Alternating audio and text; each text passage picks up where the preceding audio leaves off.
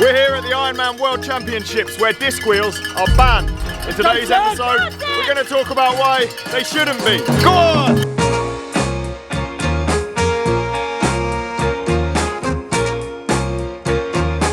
I'm with Dov and Amy from Parcours Wheels, and currently one of their athletes is in the lead, and she's not riding a disc wheel. Why isn't she riding a disc wheel? Disc wheels are banned for Kona. We're racing on an island here. As they get out onto the Queen K, so the main chunk of the bike course, you get some pretty impressive crosswinds. Today is actually probably one of the stillest days that they've had for racing here for a while, so it's probably not going to have the same impact, but there are days, and there have been days here in the past, where you get a massive crosswind. And basically Ironman as an organisation has got nervous and has said that they're just going to ban disc wheels outright. To me, that kind of makes sense. Surely it acts as a sail and you just get blown away, no? A solid rear disc wheel is going to stop any airflow from coming through it, so you're going to have a greater side force coming in on that rear wheel than you would with a spoked wheel where there's an opening and airflow can come through. That's all well and good, but we have a sneaking suspicion, or Dov has a sneaking suspicion, he's the one who's a qualified engineer, that that decision by Ironman may in fact be wrong. We're going to go and find the only disc wheel on the island and explain why. The disc wheel that is so banned here, it almost didn't make it. DHL, we're in on the game. He's distracted. Should we steal your own disc wheel? Let's go get it. How do we do this? Why is it on a parlay? They'll never notice. They'll never notice. I'm now illegal. So we knew from speaking to some of our athletes and our pro triathletes that we've been sponsoring for a while that anecdotally riding a disc wheel in some of the windier races that they've been doing, like on Lanzarote, they noticed that actually they felt more stable on their bike. So we really wanted to look into why that is. To do that, we've gone back to our partnership with the guys at Nottingham Trent University and used some of their expertise and actually designed a study to analyse exactly what's going on and to see if we can quantify some of the effects. The study involves using some tiny little accelerometers and placing them onto the handlebars of the bike. So as you're riding along, we place the accelerometer on the bar, and what that does is that measures any sort of handling instability moment. So what do I mean by that?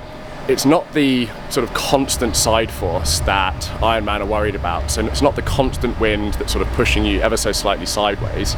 We're more interested in that, what we kind of defined as the oh god moment, the oh shit moment, where you feel that twitch, you feel that moment where you lose control of the bike. And ultimately, particularly when you're on a TT bike, that's critical, because if you're down on the aero bars, that's going to force you either up out of the aero bars onto the pursuits to stabilise your bike, at which point you're giving away all of the aero benefits from your wheels, or worse, you're putting yourself into an unsafe situation. And that's ultimately what the rule was designed to protect against.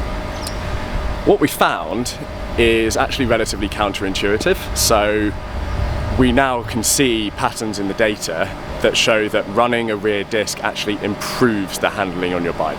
It makes you more stable, reduces those handling moments that cause the instability. We're still digging into exactly why, but the principle is fairly sound. So what happens is, as the airflow hits the rear disc, you have upwind hitting the side of the disc, creating a high pressure area. On the other side, or the downwind side, no air is passing through, so you've got a relatively low pressure. That creates quite a big differential, so the pressure difference here is higher than it would be with a spoked wheel. What that does is it actually moves the centre of pressure further back on your bike towards the disc wheel. What it's analogous to is a bit like when somebody lowers their centre of gravity, meaning that they're harder to push over. So by moving the centre of pressure backwards on the bike, you're making it harder to create an instability moment at the front, which means that the bike is going to be more stable. Running a rear disc, the air is never going to go through it, so you're never going to be able to mitigate against that. But what we find is that because the rider's weight is predominantly over the rear wheel, that's much less of a concern. You can manage steady force.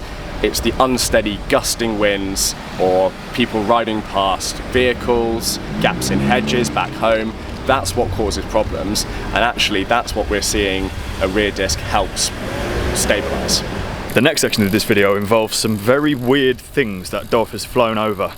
I'm surprised you didn't get stopped at security, to be honest, mate. Oh boy. So Fenella, Dov's athlete, is third off the bike. We're going to see if we can catch her before we leave in the run. Dov's in the bush getting some shade. I think you need a new phone, Dov. It's literally melting. So hot. It's so hot. You don't want to ride up the hill. I mean, we can't whinge, at least we're not running a marathon. Why have you taken us here? It's the coolest part of the shop. Nice. We even got us a bench. Shout out to Bikeworks in Kona for making us cooler. We are going home to finish this video, but when we've cooled down. These frisbees. Oh, shade. I see clouds. 4 days now. Your bottom bracket's still making a noise. I've tried to fix it, but you know. No, you haven't. You haven't tried at all. You've done absolutely nothing. We're now cycling up a very big hill because Dov booked an Airbnb at the top of a volcano. So when we get to the top, we'll show you the gubbins. If we get to the top. It looks like Mordor. Never have I wanted to get to Mordor more. 1 hour later. That was the most disgusting ride I've ever done, Dov. It was taking us like 2 hours to cool down. I had a cold shower, it didn't do anything. Amy's face is red. To be fair, I'm nearly at race weight after sweating it all out. So here's some of the weird little things that Dov's brought with him. So this is an ultrasonic anemometer that's actually designed for sailing. I'm not going to tell you anything about this just yet because we're going to go out testing later in the week. So I'm going to save that surprise for later. So that's not for the disc wheel? No. So for the handling stability, this is what we're looking at. So this is a 3-axis accelerometer that we just attach to the handlebars and sits just on the bar end there.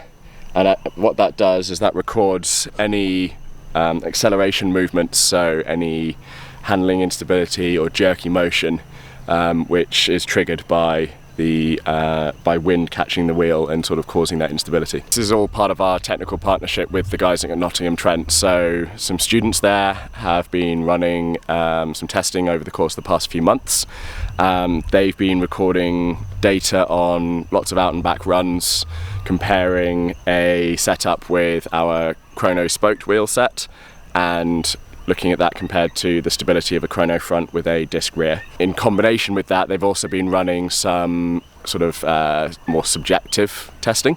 So riders are asked to record how they feel in terms of stability, safety, control, and levels of concentration required. So we're using 2 different methods here. We're taking a sort of very data-driven, objective approach with the sensors, and we're also taking a more sort of subjective approach in terms of the rider surveys and the feedback that we're getting. Both are being analysed alongside each other, and what's really interesting is the first sort of stages of that testing are showing some really clear differences between the 2 setups, and it's all pointing towards the fact that running a rear disc does in fact improve your handling stability. And so the next step that we're now looking at is seeing if we can actually quantify that and put a number to it to say, if you run a rear disc, this is how much more stable it's going to make you. People talk about the winds in Kona in particular, so we figured, well, what better course to go out and test on than one that's so notoriously windy that disc wheels are actually banned. We figure that if we can show that this holds true even here, then it really does open up the debate as to should disc wheels be allowed. Do you think you'll be able to convince the Ironman to change his mind? I don't think anybody's ever convinced Ironman to change their mind about anything, but no, the hope is that if we can show them black and white data, then we've made as strong an argument as possible.